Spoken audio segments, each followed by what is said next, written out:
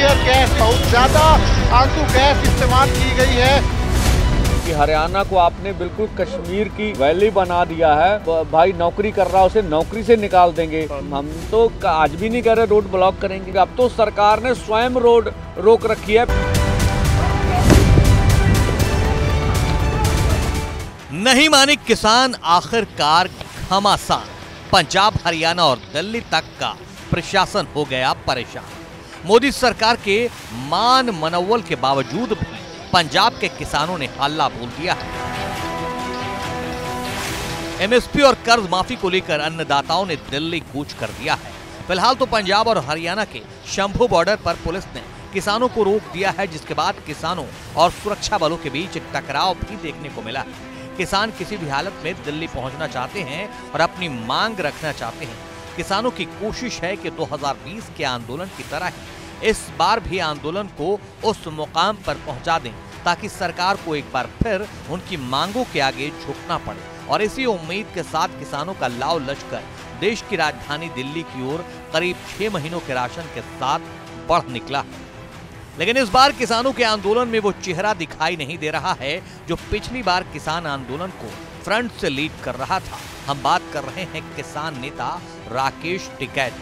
टिकैत पिछले किसान आंदोलन की पहचान बन गए थे। ऐसे में सवाल उठ रहा है कि इस बार टिकैत कहां हैं और क्या प्लान कर रहे हैं। तो आपको बता दें कि फिलहाल तो भारतीय किसान यूनियन के राष्ट्रीय प्रवक्ता राकेश टिकैत ने किसानों के इस आंदोलन से दूरी बनाई हुई है और 16 फरवरी को किसान संयुक्त मोर्चा की ओर से भारत बंद की तैयारियों में जुटे हैं।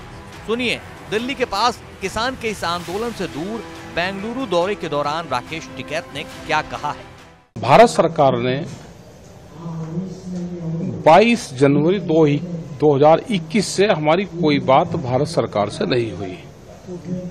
3 साल बाद में ये बातचीत शुरू हुई है। संयुक्त मोर्चा अभी इस मोमेंट में नहीं है। किसान संयुक्त मोर्चे की 16 फरवरी की कॉल है। ग्रामीण भारत बंद करने की कॉल है। ये भी किसान संगठन से ही है। ये दिल्ली के लिए चल रही है, लेकिन हम इनके समर्थक में हैं। अगर इनके साथ में कोई छेड़छाड़ नहीं होगी तो हम इनके सपोर्ट में आएंगे। यानी राकेश टिकैत की माने तो उनके भारतीय किसान यूनियन ने फिलहाल तो इस आंदोलन से दूरी बनाई हुई है। हालांकि उन्होंने कहा कि किसान हमसे दूर नहीं है और न ही दिल्ली हमसे दूर है। दिल्ली के लिए कोई एक दिन पहले चल दिया, कोई 2 दिन बाद में आ जाएगा।